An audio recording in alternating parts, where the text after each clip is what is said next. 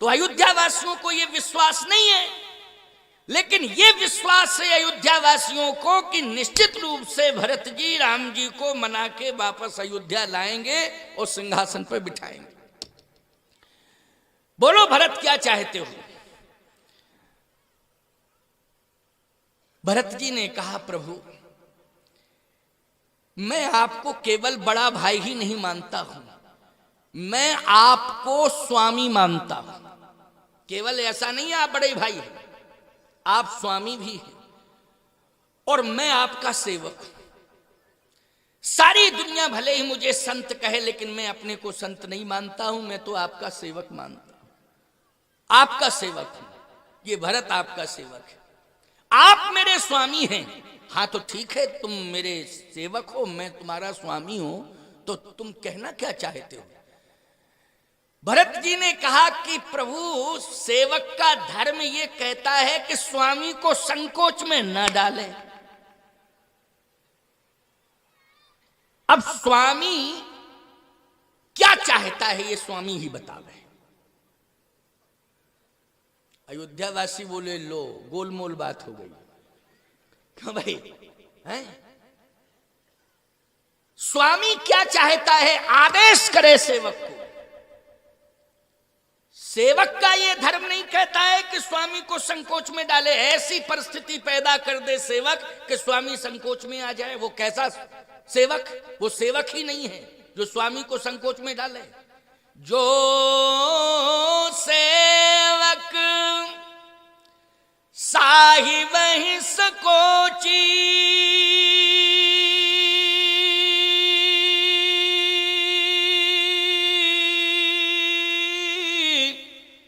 और निज हित चहिता सुमति पोची। उसकी मति बिल्कुल थोथी है, पोची सारहीन। पोची का अर्थ हुआ है सारहीन मति, उसमें कोई सार नहीं है, वो मति किसी काम की नहीं है। जो सेवक स्वामी को संकोच में डाले, और मैं आपका सेवक अपने स्वामी को संकोच में डालूं अपने हित के लिए, अपने कल्याण के लिए, ऐसा हो ही नहीं सकता है। अब तो आप ही आदेश दो भरत को कि भरत क्या करे, भरत क्या करे। भगवान राम ने कहा, भरत सत्य और धर्म की रक्षा करने के लिए मेरे पिता ने मेरा त्याग किया। हां किया। पिता की बात मान करके मैं आज जंगल में आ गया, मैं वन में आ गया, चित्रकूट आ गया। अब तुम आए हो मेरे पास, तो पिता की बात मान के मैं चित्रकूट आ गया। तुम्हारी बात मान करके मैं अयोध्या चलूं, लेकिन भरत यदि तुम मुझे वापस अयोध्या ले जाओगे तो ये राम भले ही अयोध्या का राजा बन जाएगा, लेकिन इस धरती से धर्म सदा सदा के लिए चला जाएगा। बोलो तुम राम को राजा बनाना चाहते हो कि धर्म को जीवित रखना चाहते हो? धर्म को जीवित रखना चाहते हो कि राम को राजा बनाना चाहते हो? क्या चाहते हो भरत? तुम धर्म की धुरी हो। ये चित्रकूट में ही भगवान कह रहे हैं, रामायण की चौपाई पढ़ो, चित्रकूट में भगवान राम की वाणी से निकला, भरत तुम धर्म की धुरी हो। आगे स्पष्ट लिखा हुआ है, तात भरत तुम धर्म धुरीना, लोक वेद मत प्रेम प्रवीणा। लोक मत वेद मत ये दोनों ही मत कह रहे हैं कि भरत धर्म की धुरी है। धर्म की धुरी को चाहिए कि धर्म को सुरक्षित करे। क्यों भाई, धुरी क्या करती है? जल्दी बोलो, धुरी का काम क्या है? जैसे रथ में धुरी होती है, गाड़ी में धुरी होती है। तुम लोग तो किसान हो, अब ट्रैक्टरों का जमाना आ गया, पहले तो बैलगाड़ी का जमाना था। अच्छा, बैलगाड़ी का जमाना था तो गाड़ी में धुरी होती थी कि नहीं होती थी? ट्रैक्टर की ट्राली में भी धुरी होती है कि नहीं होती है? बिना धुरी के ट्राली रहती है क्या? है धुरी होती है कि नहीं होती है? अच्छा एक बात बताओ, पूरा वजन कौन सहती है? बोलो भाई। ट्राली में भरा माल गन्ना और वजन सह रही धुरी। क्यों भाई, धुरी सह रही वजन की नहीं? और मैं ट्राली ट्रैक्टर धुरी के वजन सहती है धरती। बोलो सहती है धरती की नहीं? इसका मतलब है कि धरती पर धर्म रहता है, धरती पर धर्म रहता है। अर्थ क्या है इसका सुन लीजिए अब ध्यान से। इसी धरती पर धर्म रहता है, लेकिन धरती और धर्म के बीच में जो धुरी के रूप में होता है वो संत होता है प्यारे, जो धर्म की धुरी होता है। इसलिए भरत क्या है? धर्म की, रामो विग्रहवान धर्म, राम साक्षात धर्म है। लेकिन धर्म की धुरी कौन है? भरत है। हे भरत, तुम धर्म की धुरी हो। तुम ही बताओ, राम को अयोध्या में ले जाकर राजा बनाना चाहते हो कि धर्म को जीवित रखना चाहते हो? यदि राम वन में रहेगा तो धर्म जीवित होगा। परित्राणाय साधूनां विनाशाय च दुष्कृताम धर्म संस्थापनार्थाय संभवामि युगे युगे। जब जब होए धर्म की हानि, बाढ़ही असुर अधम अभिमानी। तब तब प्रभु धरि विविध शरीरा, हरहि कृपा निधि सज्जन पीड़ा।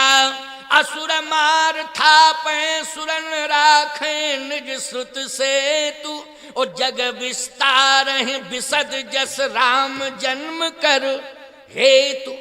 राम का जन्म भरत सिंहासन पर बैठने के लिए नहीं हुआ है।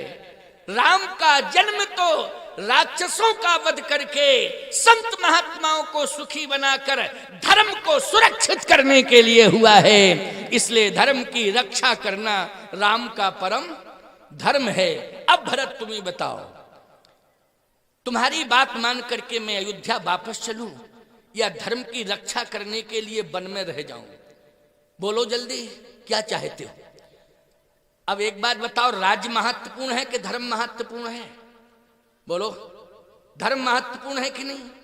अगर धर्म सदा सदा के लिए चला जाए, और राक्षसों ने प्रतिज्ञा की है कि हम धर्म रहने ही नहीं देंगे, हम धर्म रहने नहीं देंगे। बोलो, ये प्रतिज्ञा किसकी है? राक्षसों की प्रतिज्ञा है कि हम धर्म रहने नहीं देंगे। और भगवान राम कहते हैं मेरी प्रतिज्ञा है मैं राक्षसों को नहीं रहने दूंगा, मैं राक्षसों को नहीं रहने दूंगा, ये मेरी प्रतिज्ञा है। और रावण की प्रतिज्ञा है मैं धर्म नहीं रहने दूंगा, और राम की प्रतिज्ञा है कि मैं राक्षसों को नहीं रहने दूंगा। तो अब तुम ही बताओ भरत, रावण की प्रतिज्ञा पूरी हो कि राम की प्रतिज्ञा पूरी हो? बोलो जल्दी। अब भरत जी ने अयोध्या वासियों से कहा बोलो बोलो जल्दी, किसकी प्रतिज्ञा पूरी होना चाहिए? रावण की कि राम की? रावण की प्रतिज्ञा है कि मैं धर्म नहीं रहने दूंगा, और राम की प्रतिज्ञा है मैं राक्षसों को नहीं रहने दूंगा। तो अब तुम ही बताओ भरत, क्या डिसीजन लेना चाहिए मुझे? भरत जी ने कहा प्रभु डिसीजन क्या बताऊं आपको, निवेदन कर सकता हूं। हाँ तो निवेदन करके बताओ क्या? भरत को जीने के लिए आधार दे दो, और अयोध्या वासियों के लिए भी वो आधार हो, और 14 साल तक अयोध्या वासी भरत ये सब सुरक्षित रहें, इसके लिए कोई आधार दे दो, इसके लिए आधार दे दो। नहीं क्या मतलब निकला कि इधर आप आगे राक्षसों को मारते चले गए और इधर पीछे अयोध्या वासी आपके वियोग में मरते गए, तो फायदा क्या होगा? इसलिए राक्षसों को मारने की प्रतिज्ञा आपने की है, वो प्रतिज्ञा आपकी पूरी हो, लेकिन अयोध्या वासियों को जीने के लिए कोई आधार मिल जाए, भरत को जीवन जीने के लिए कोई आधार मिल जाए, बस यही उपाय आप कृपा करके करिए। भगवान ने कहा तो आधार बतावें। साधु संतों के लिए, भक्तों के लिए जीने का आधार जानते हो क्या है? भगवान का चरण। और यदि भगवान का चरण न मिले तो भगवान का चरणोदक। बोलो जल्दी, जीने के लिए आधार किसको मानते हो? या भगवान का चरण या भगवान का चरणोदक। इसलिए मंदिर में जाते हो, रसगुल्ला मालपुआ चकाचक रखे हो, लेकिन पुजारी से पहले यही कहते थोड़ा चरणोदक दे दो। क्या मालपुआ मांगते हो? मालपुआ तो मिलेगा ही, जो भोग लगा है वो तो प्रसाद रूप में तुम्हें मिलेगा ही मिलेगा, लेकिन मुख्य रूप से ईमानदारी से बताओ क्या मांगते हो आप? चरणोदक। क्यों? ये चरणोदक ही जीवन का आधार है। बोलो है कि नहीं? मम हृदय भवन प्रभु तोरा, ता आए बसे बहु चोरा, मैं एक मित बट मारा, ओ सुनिए न मोर पुकारा, अब सुनिए रघुवर रामा, लूटे तस्कर तो धामा। तुलसीदास जी कहते हैं काम क्रोध लोभ मोह मद मत्सर, ये 6 प्रकार के शत्रु हृदय में प्रवेश कर चुके हैं। हे राम, हे प्रभु, ये विकारों को भगाइए भगाइए भगाइए, कृपा करके आप आइए आइए। तो भगवान यही कहते हैं कि आने में हमें थोड़ा विलंब हो जाएगा, लेकिन इनको भगाने के लिए मैं कहता हूं मंदिर जाइए और चरणोदक लीजिए। और जैसे ही चरणोदक लोगे पियोगे तो ये सारे विकार चले जाएंगे। बोलो, तो ये विकार जो जाते हैं चरणोदक पीने से ही जाते हैं कि नहीं जाते हैं? तो राम जी के चरण दुर्लभ हैं, लेकिन राम जी का चरणोदक सुलभ है। बोलो है सुलभ कि नहीं? और चरणोदक, अगर अभी केवट का प्रसंग आपने सुना था ना, केवट ने भगवान के चरण मांगे के चरणोदक, जल्दी बोलो, चरण मांगे के चरणोदक, जल्दी बोलो। चरणोदक मांगा उसने, मांगा कि नहीं मांगा? पद कमल धोए चढ़ाए नाव न नाथ उतराई। चाहो आप चले जाइएगा, लेकिन चरणोदक दे दो बस, केवल चरणोदक चाहिए। बोलो चाहिए चरणोदक कि नहीं? तो राम जी पास में आ गए, चरण भी सामने देख रहा है, लेकिन चरणोदक की डिमांड कर रहा है कि मुझे चरणोदक चाहिए, क्योंकि चरण मिल जाएंगे, ये चरण चल के कहीं दूर चले जाएंगे, लेकिन चरणोदक मिल गया तो अंदर ही रहेगा। क्यों भाई? चरणोदक मिल गया तो कहां रहेगा? बोलो जल्दी। हाँ, समझदारों के लिए इशारा काफी है, वैसे तो सब समझदार बैठे हैं। चरणोदक, इसलिए मैं कहता हूं चरणोदक चाहिए। किशोरी तेरे चरणन की रज पाऊं, चरणन की रज का मतलब है चरणोदक। केवट ने भी चरणोदक मांगा था। पद कमल धोए चढ़ाए नाव न नाथ उतराई, चहो मोह राम रावर आन दशरथ सपथ सब साची कहो। और एक बात बताएं, भरत जी भी क्या मांग रहे हैं? आपन दारुण दीनता सबे कहो सिरनाए, और देखे बिन रघुनाथ पद जिय की जरनी न जाए। भगवान के पद मांग रहे हैं, पादारविंद चरणारविंद भरत जी, लेकिन चित्रकूट जैसे ही पहुंचे तो भरत जी महाराज से भगवान कहते हैं क्या चाहिए? कहे आधार। तो कह रहे थे कि चरण चाहिए, लेकिन भगवान ने चरण ना दे करके चरण पादुकाएं दे दी। बोलो क्या दे दी? चरण पादुकाएं। बोलो दी कि नहीं दी? प्रभु करी कृपा पावरी दीनी, सादर भरत शीस धर लीनी। भगवान ने चरण पादुकाएं दी भरत को। भरत जी ने चरण पादुकाएं हाथ में ले ली। आप कहोगे भरत जी ने ये क्यों नहीं कहा चरणोदक दे दो आप? सावधान, चरणोदक भरत जी ले लेते और पान कर लेते, ये ठीक था, मान लीजिए ये तो वहीं संभव था चित्रकूट में ही, कोई दिक्कत नहीं। लेकिन सत्य तो ये है कि ये चरणोदक भरत जी पान कर लेते और चरणोदक भरत के हृदय में रहता, अंदर रहता, उदर में रहता, उदरस्त कर लेते उसको। लेकिन भगवान को वापस लौटाने के लिए भरत के पास उपाय क्या था? फिर क्या विकल्प था? बोलो भाई। भगवान को वापस लौटाने के लिए चरण पादुकाएं ही विकल्प हैं। बोलो हैं विकल्प कि नहीं? लेकिन भरत जी ने चरण पादुकाएं मांगी नहीं थी, भगवान ने चरण पादुकाएं स्वयं दी हैं। ये कोई प्रमाण नहीं है कि चरण पादुकाएं मांगी हो, ये कहा था आधार दे दो, तो भगवान ने चरण पादुकाएं दे दी। ये चरण पादुकाएं भगवान ने दी हैं। गोस्वामी जी कहते भरत मुदित अवलंब लहे थे, अस सुख जस सिय राम रहे थे। बोले ये तो सीता ही राम जी मिल गए भरत को।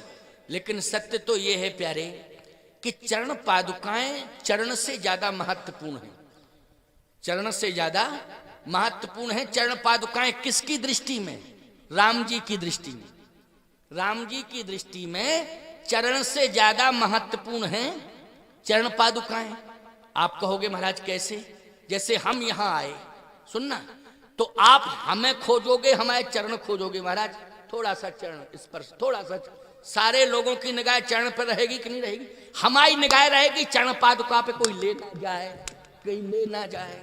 क्यों? तो सही बताओ, ईमानदारी की बात है कि नहीं? जितने लोग बैठे हो सबकी निगाह रहेगी हमारे चरण पर कि महाराज का चरण थोड़ा छूने को मिल जाए, थोड़ा चरण। अरे कहाँ है चरण? अरे हटो जरा, चरणों तक हमें भी जाने दो। लेकिन हमारी निगाह रहेगी कहाँ? जहां हमारी चरण पादुकाएं रखी हैं कि कोई ले ना जाए, कोई ले ना जाए, कोई ले ना जाए। और याद रखना, भक्त कितने ही प्रेमी क्यों ना हो, हाथ पकड़ के हमें कहीं खींचें, लेकिन हम पादुकाओं की तरफ खींचेंगे। अरे हमको चप्पल तो पहनने दो, खड़ाऊ तो पहनने दो, फालतू की बात करते हो क्यों भाई? बार बार कहेंगे कि हमारी खड़ाऊ जहां रखी हमको पहनने दो। कहां ले जा रहे हो मुझे? कहां ले जा रहे हो मुझे? बार बार जो है खड़ाऊं, इसका मतलब यह है कि जहां पर खड़ाऊं रखी हैं वहां मुझे जाना ही पड़ेगा। बोलो जाना पड़ेगा कि नहीं? इसी प्रकार से भगवान ने भरत को विश्वास दिला दिया कि भरत चिंता मत करो, मैं कह रहा हूं कि निश्चित रूप से समय से अयोध्या आऊंगा, निश्चित रूप से अयोध्या आऊंगा। अरे राज्य लेने के लिए नहीं आऊंगा, अपनी चरण पादुकाओं को पाने के लिए जरूर अयोध्या आऊंगा। मैं राज्य का भूखा नहीं हूं, लेकिन मेरी पादुकाएं तुम्हारे पास रहेंगी, उन तक मैं जरूर आऊंगा। और सावधानी से समझना इस बात को, पादुकाएं साधारण नहीं होती हैं। जूते चप्पल में और पादुकाओं में बड़ा अंतर है। पादुकाएं महात्मा ही पहनते थे पहले, तो अब तो सभी चटर पटर करने लगे। बहुत लोगों को मैंने देखा सभी पहनने लगे, और जो नहीं पहनते हैं वो कहते हैं महाराज ये खड़ाऊं कहाँ मिलती हैं? हमने कहा तुम्हें क्या मतलब है? बोले हम सोच रहे हम भी ले आएंगे है? हमने कहा ये खड़ाऊं ऐसे थोड़ी मिलती हैं। अरे बोले बाजार में मिल जाएंगी, आप तो पता बता दो, हम तो ले आएंगे।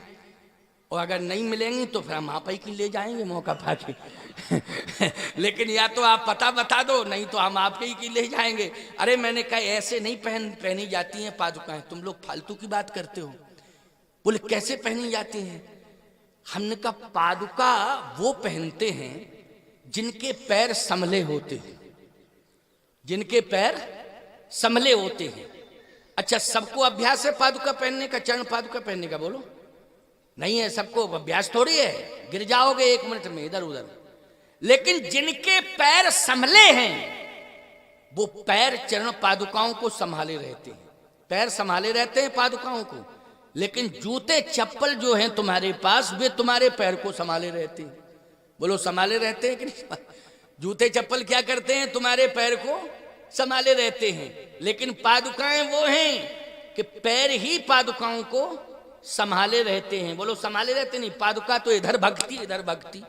देखो पहनने जो अनाभ्यासी लोग हैं, जो कभी पहने नहीं है, वो पहली बार पहने पर देखो इधर भग रही उधर भग रही और जबरदस्ती घसीटते जा रहे हैं, है नहीं? अभ्यास की बात है। हम तो पहाड़ पे चढ़ जाएंगे पादुका पहन करके, पहाड़ पे चढ़ जाएंगे और चढ़ ही गए हैं, चढ़ ही तो आए हैं, चढ़ नहीं आए। देखो रखी है पादुकाएं, क्या पहन के आए हैं? बोलो पादुका ही पहन के आए हैं कि नहीं?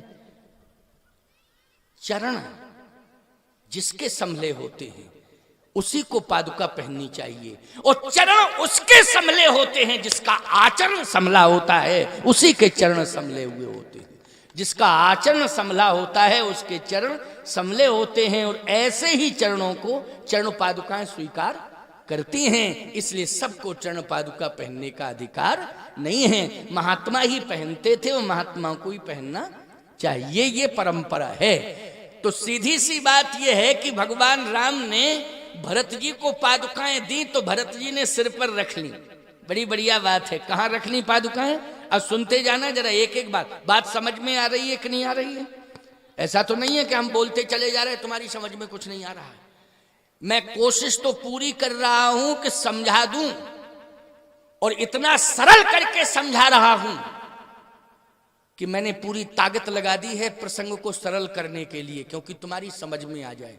और इससे ज्यादा यदि हम सरल करेंगे तो हॉस्पिटल चले जाएंगे सीधे, क्योंकि हमारा दिमाग ही खराब हो जाएगा।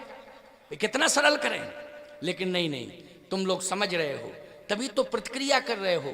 अगर समझे ना होते, हमारी बात को समझे ना होते तो प्रतिक्रिया कैसे करते। एक एक शब्द को सुन रहे हो और बड़ी गौर से सुन रहे हो। तो आइए सुनिए, भगवान राम ने कहा कि आधार दे रहा हूं। आधार क्या दिया? प्रभु करी कृपा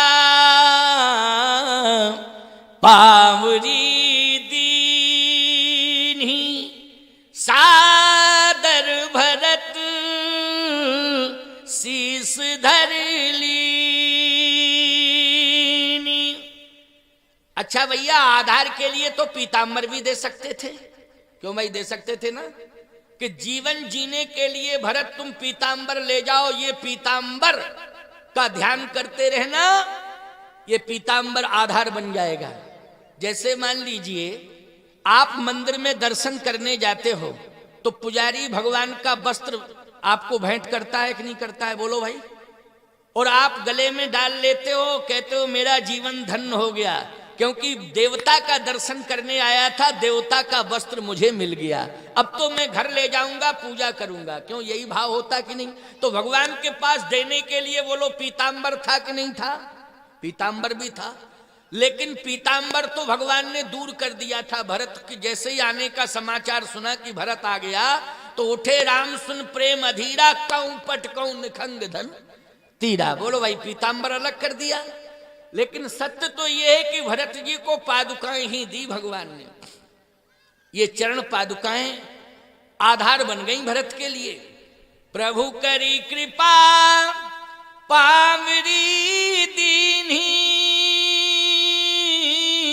सादर भरत शीस धर लीनी। बोले पादुका में अनुभव क्या हुआ? भरत मुदित अवलंब लहेते, अस सुख जस सिय राम रहेते। भरत जी को उन पादुकाओं में यह अनुभव हुआ कि सीताराम जी मिल गए। क्या मिल गए? सीताराम जी मिले। केवल राम जी नहीं, सीताराम जी दोनों ही मिल गए। पादुकाएं दो होती हैं कि एक होती? जल्दी बोलो, पादुकाएं दो होती हैं कि नहीं, कि एक होती पादुका? दो। तो सीताराम दोनों मिले और भरत जी ने सिर पर धारण कर लिया। जैसे ही धारण किया तो भगवान ने कहा, भरत अब संतुष्ट हो, संतुष्ट हो कि नहीं? भरत जी ने कहा, प्रभु आपकी कृपा है, ये आधार दे दिया, हम संतुष्ट ही हैं, लेकिन हम थोड़े से संतुष्ट नहीं हुए हैं। भरत जी ने कहा, क्यों? इसलिए कि मैंने तुम्हें पादुकाएं दी हाथ में और तुमने रख ली सिर पर। हमने तो हाथ में दी थी, ये थोड़ी कि सिर पर तुम्हारे रखी हूं। अच्छा, भगवान ने सिर पर रखी थी भरत की पादुकाएं कि हाथ में दी थी? है हाथ में। सादर भरत शीस धर लीनी, भरत ने शीस पर रखी, राम जी ने तो हाथ में। प्रभु करी कृपा पावरी दीनी, हाथ से भगवान ने पादुकाएं भरत के हाथ में दी, लेकिन भरत जी ने सादर भरत शीस धर लीनी। तो भरत, मैंने तो हाथ में पादुकाएं दी थी, तुमने सिर पर क्यों रख लिया? पादुकाएं सिर पर रख ली तुमने भरत? भरत जी ने कहा, हाँ सिर पर तो रख ली। तो आधार मैंने तुम्हें दिया था, लेकिन तुमने तो इन पादुकाओं को भार बना लिया। क्योंकि सिर पर कोई वस्तु आ जाती है तो ईमानदारी से बताओ, वो सिर के लिए भार बन जाती है कि नहीं? जैसे सिर पर कोई वस्तु आ गई तो वो सिर के लिए क्या बन जाती है? जल्दी बोलो, भार। तो तुमने आधार को भार क्यों मान लिया? भरत जी बोले, प्रभु अब आप कुछ भी कहें, लेकिन ये सेवक की यही सोच है कि आपने भार नहीं दिया, आपने तो आधार दिया है। अगर आप 14 साल बाद लौट के आते तो ये 14 वर्ष तक अयोध्या का राज्य भरत के सिर पर भार बना रहता भार कि नहीं? लेकिन आपने इतनी बड़ी कृपा की, 14 साल तक अयोध्या के भार को ढोने के लिए आपने चरण पादुकाओं का आधार भरत को दे दिया है। अब भरत के सामने कोई समस्या नहीं रहेगी, क्योंकि अब भरत नहीं चलाएगा अयोध्या के राज्य को, अब तो ये पादुकाएं ही राज्य का संचालन करेंगी। इसलिए सबसे बड़ा आधार मिल गया। बोलो कितना बड़ा समर्पण है।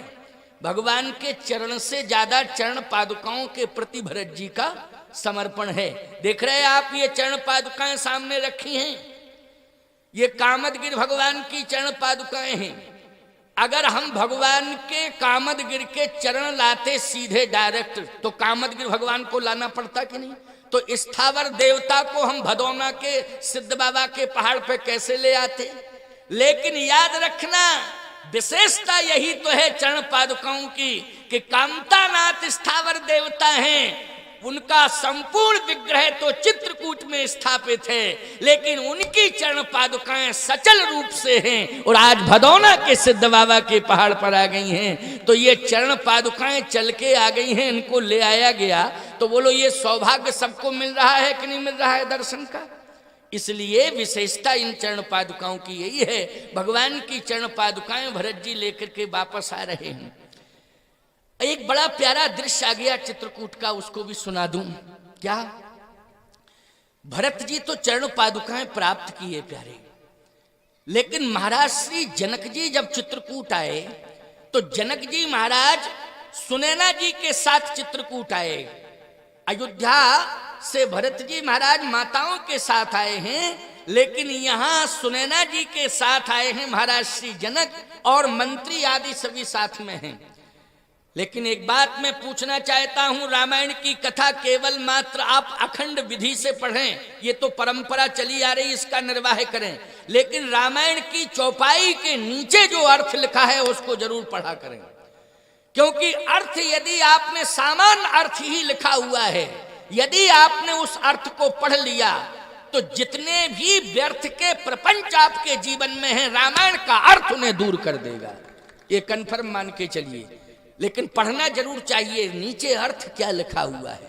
ये जरूरी नहीं है कि हम ही तुम्हें सुनावें और तुम सुनो, ये तो मौका साल में एक बार मिल सकता है, बार बार नहीं मिल सकता है। लेकिन रामायण पढ़ने का और रामायण की चौपाइयों के अर्थ को पढ़ने का मौका बोलो बार बार तुम्हें घर में मिलेगा कि नहीं मिलेगा?